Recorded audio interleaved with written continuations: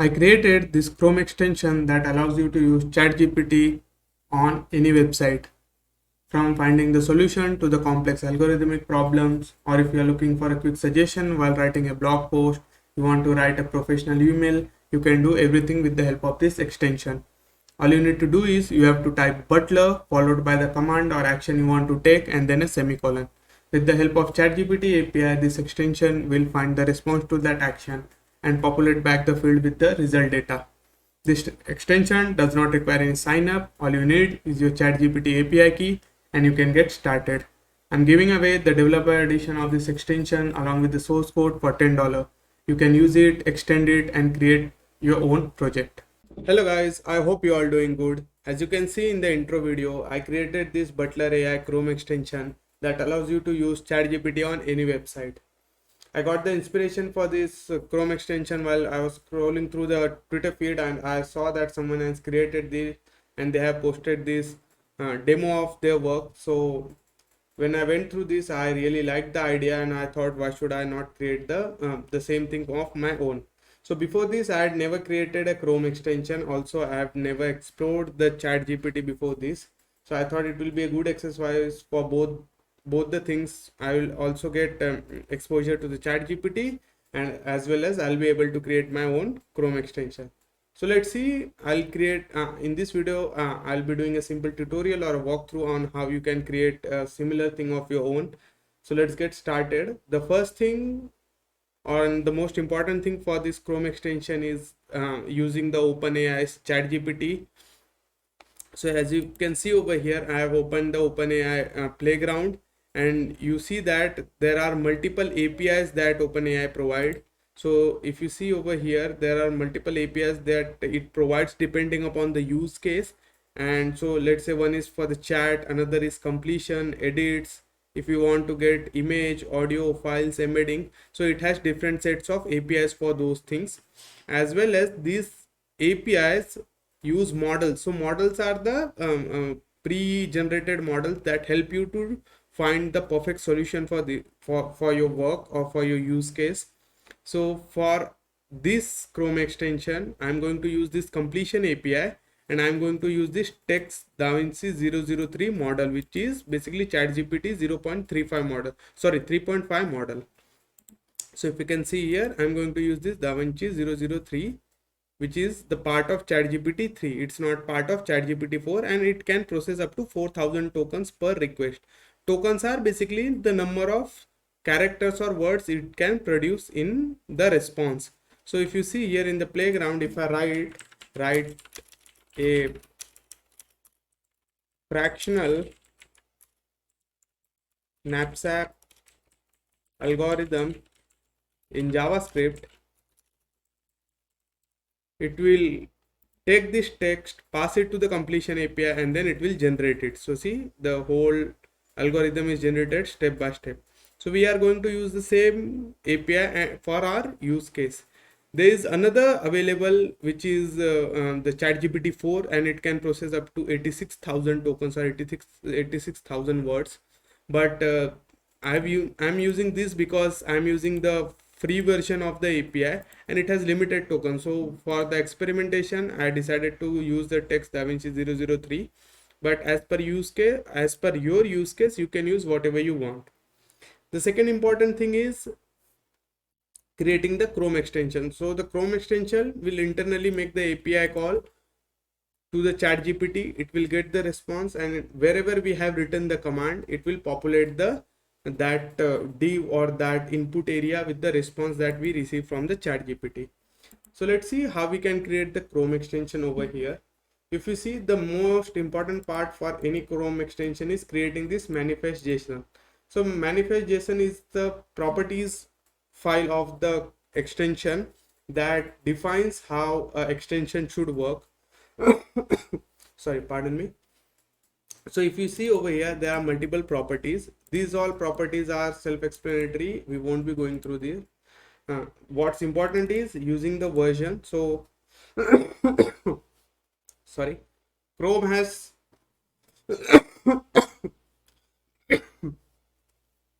sorry, Chrome has now extended the support for manifest versions 3, so it will slowly discard the earlier version, which is the manifest version 2 and 1. So that's why I'm using the latest one. And here you see we have asked for the permission of storage and active tab. So we are going to type, let's say we are going to type this butler and then colon whatever the command is and then this semicolon. So this will be written on the active tab, the tab that has focus. That's why I have asked the permission for the active tab as well as the storage. So storage will provide with the access to the local storage, and we can use this to store the important details like the API key. So API key that will be passed in the each request to authorize the ChatGPT, right? That we can store in the local storage. So that's why I asked the permission of that also. Also I asked, so here I have defined that I need storage and active tab permission, and also on which URL. So I have told it that I need it for the all the URLs that I'll be accessing or opening on the tab. You can whitelist or you can choose the particular URLs also. The second thing is actions. So action is basically, this is, let's say whenever you click on the Chrome extension right over here, so a pop-up appears. So this action defines whenever this icon will be clicked in the extension area, what should open. So whenever we click on that, a pop-up.html file will be opened. So we'll have to create this. And third and the most important part is content script. So script basically that will be rendered whenever a tab or a URL is opened. So I told it that all the matching URLs, on all the URLs this script should open. The script name is script.js. You can open multiple files. Here I'm just using a single file, and this script will be injected when the complete page is, or the complete document is loaded, which is run at document end. So it defines that whenever the document is completely passed, this script.js will be injected, and in all the frames. So in the current frame as well as in the iframes. Many websites use iframes to accept the inputs. That's why I have written all frames, and it will run the script.js. So let's define the popup.html first. So I'm creating this popup.html. This will be a simple HTML file. We are not going to do anything much in this. I'm just typing over here butler.ai. This is a mandatory file that is required. That's why I'm creating this. It has nothing to do with our use case because this is simple tutorial. We are not going to accept the API key from this pop-up, rather than we will be hard coding that. So here I'm just writing hello world. So this will appear in a moment. I'll show you how it will appear. I've created this popup.html, and the second thing is creating the script file, which is script.js. So in this I'm just typing console.log butler AI.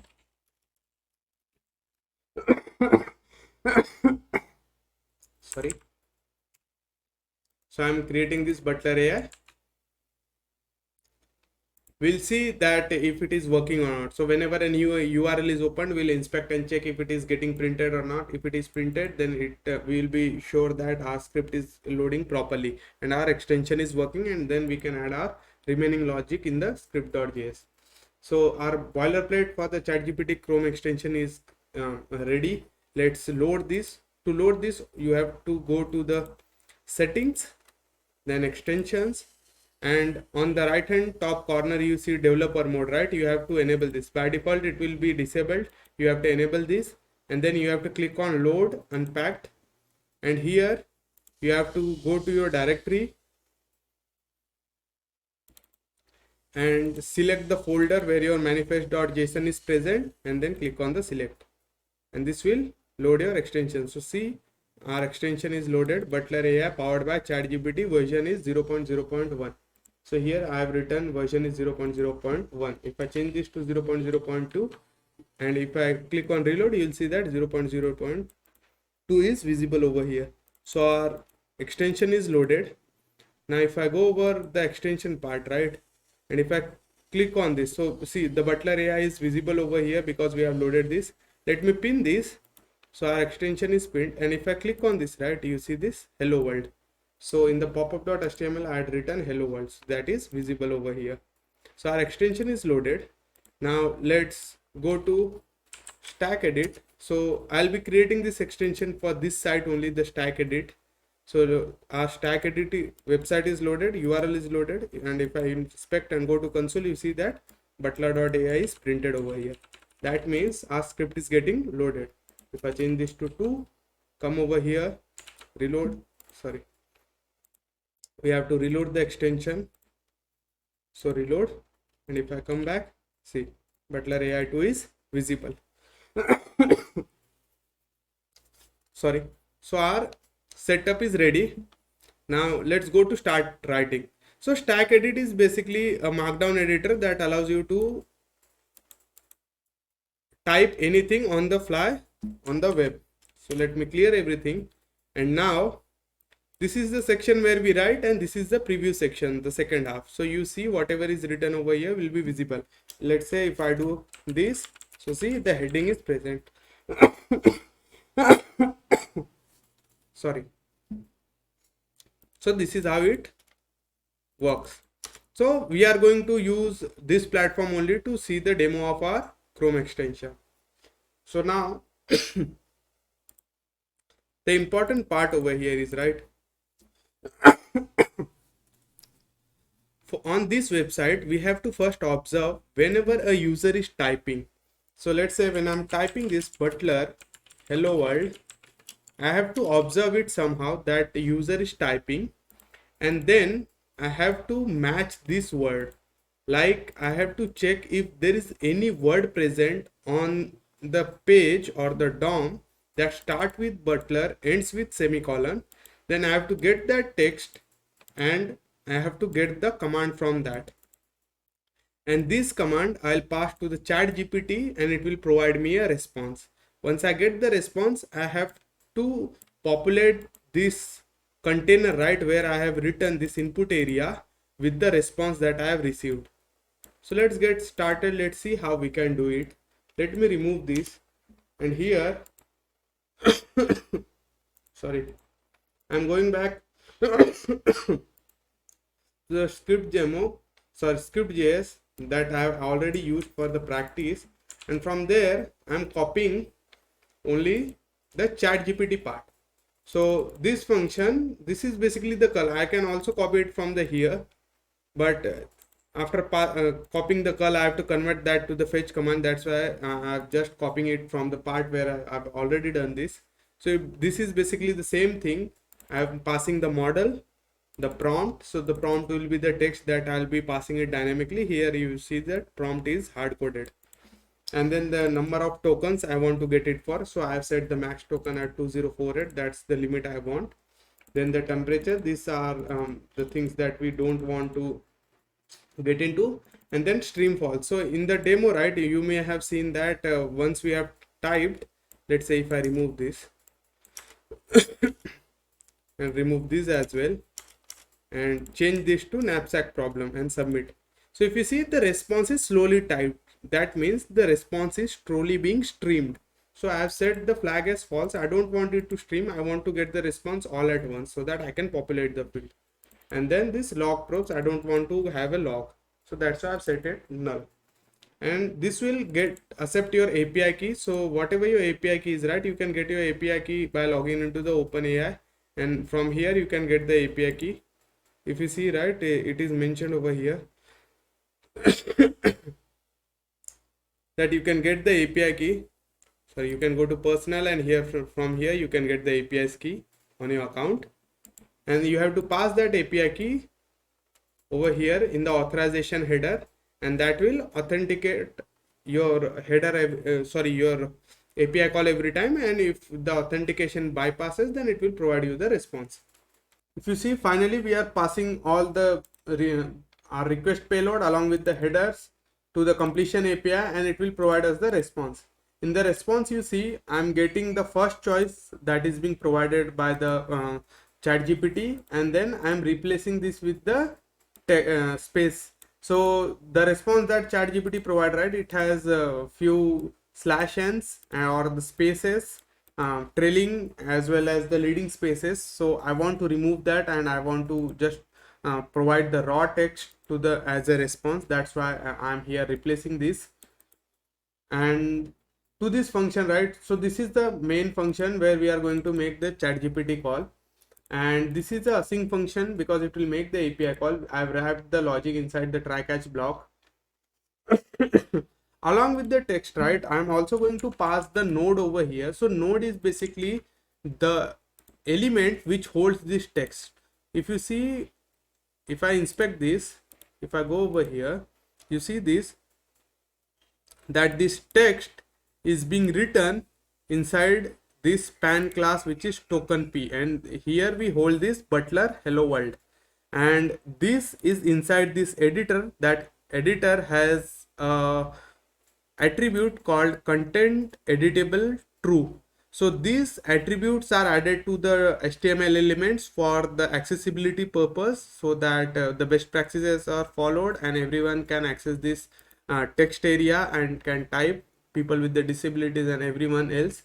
So here we have to get this text, and once we are provided with the response, we have to populate this back. So that's why I'm taking the node as the input as well. And once we get the response over here, right, if you see, we are getting the response here. Finally here I'll just say that populate back the node with whatever the response we are getting.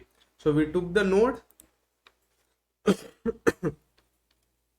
and sorry, let's rename this as a response text, so that there should not be any ambiguity, because we are accepting text at the top as a parameter or argument. So that's why I've renamed this. And now once we get the response from the ChatGPT, we are populating that back to the node that holds this text.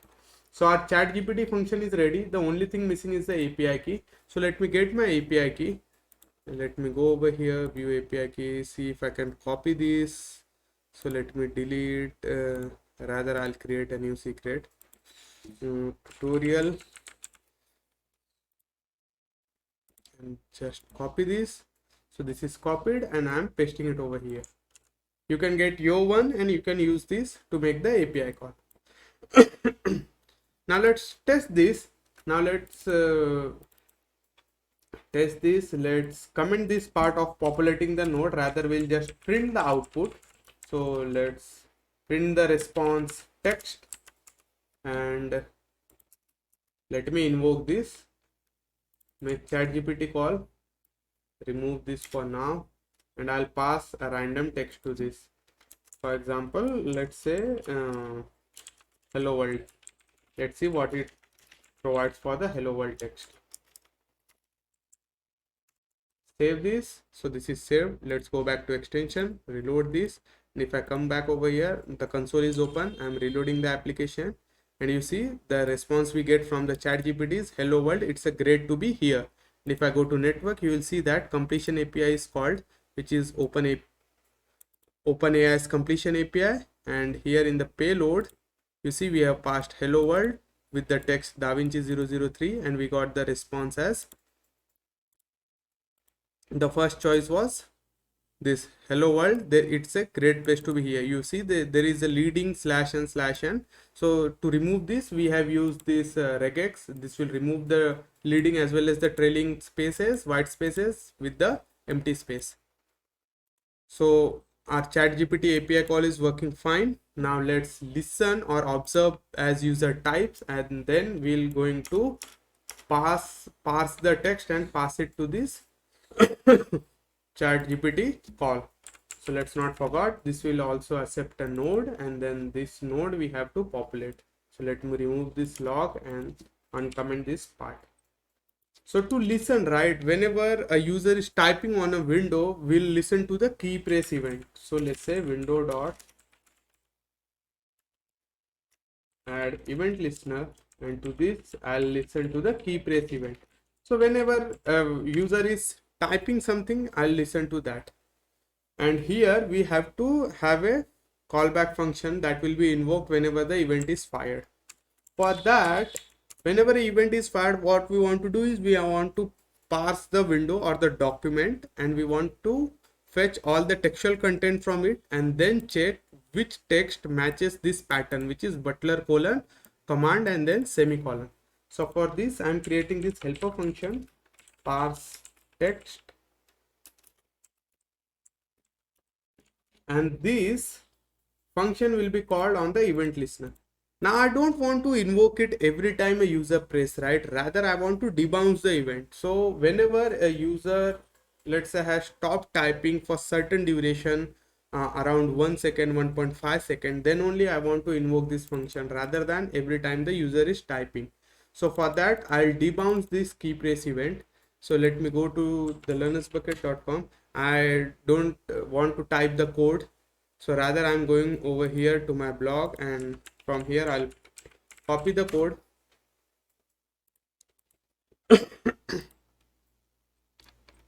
So the code is already ready. I'm just copying this from there.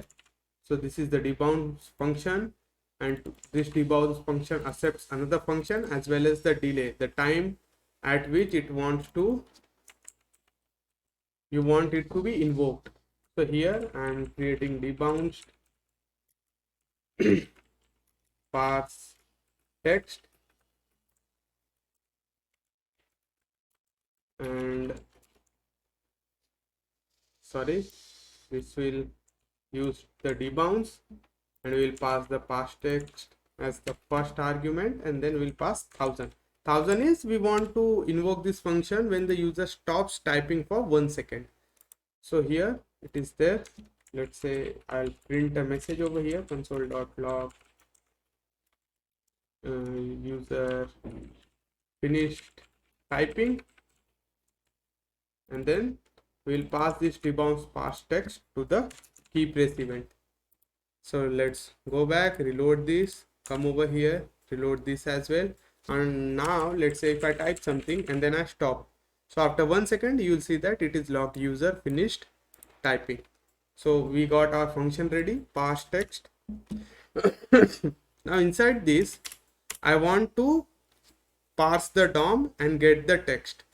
Now rather than parsing the complete DOM, right, it does not make sense to pass the complete DOM. What we'll do is we'll just pass the input area where the user is typing.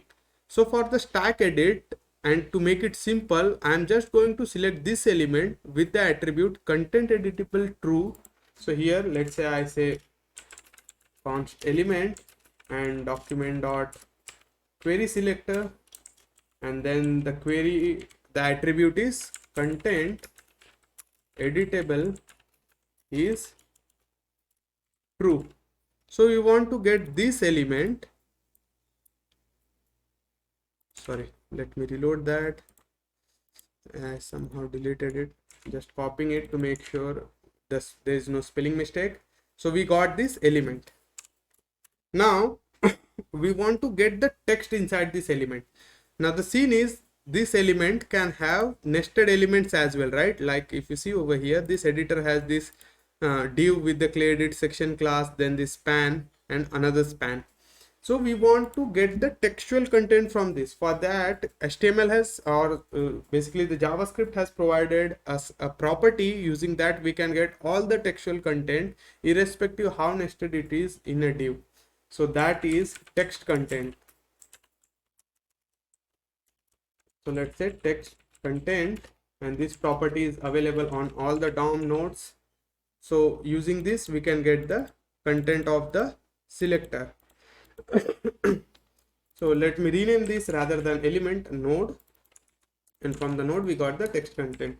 Let me print this to check if it is working fine or not.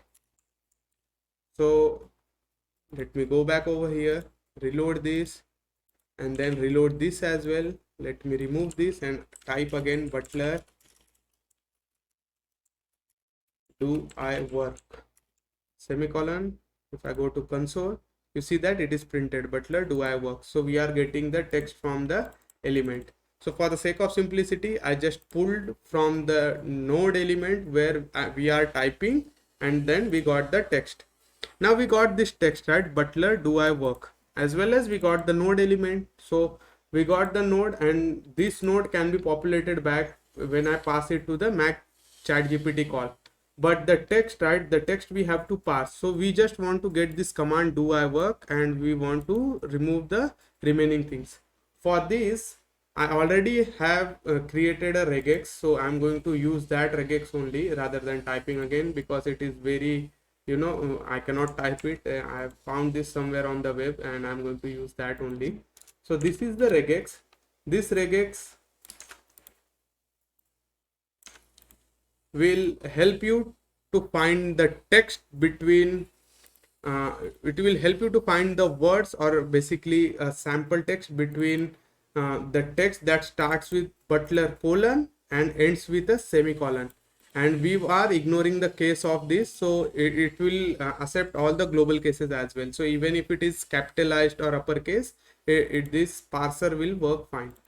So here we'll get const command from the get text pass, and to this we are going to pass the text content.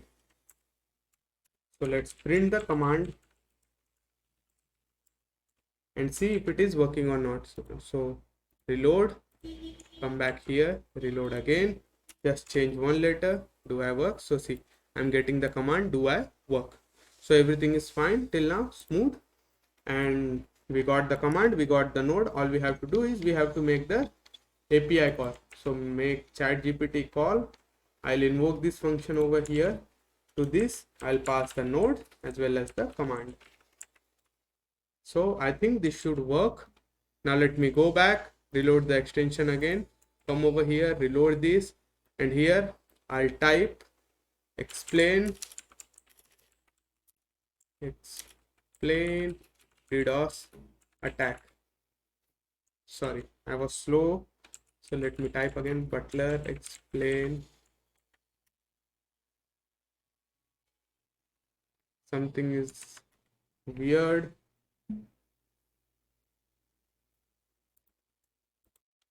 Let me increase the time, let's say 2 seconds. That's why we need debouncing, because if we don't have debouncing, it will, as you type, it will keep on making API calls. So I've increased the time to 2 seconds. This should give me the enough buffer. So explain DDoS attack. Now this should work. So see, the moment I stopped typing and after 2 seconds, it was able to fetch the response from the ChatGPT and populate back the field. So a distributed denial of service, it has explained with a simple paragraph. So this is how you can create this Chrome extension. Now I've done this a simple tutorial of this, but there is more to this. So because it was very easy to populate back the field of this tag edit, right? But on many different websites it's not so easy because of the security purposes. They have used various mechanism and they don't want you to populate by running a single script or a JavaScript command. So I'll leave it up to you to try and experiment with the source code, and then create or make this work for different websites. It will be a good learning experience for you. I hope you have learned something new today. Thank you for your time.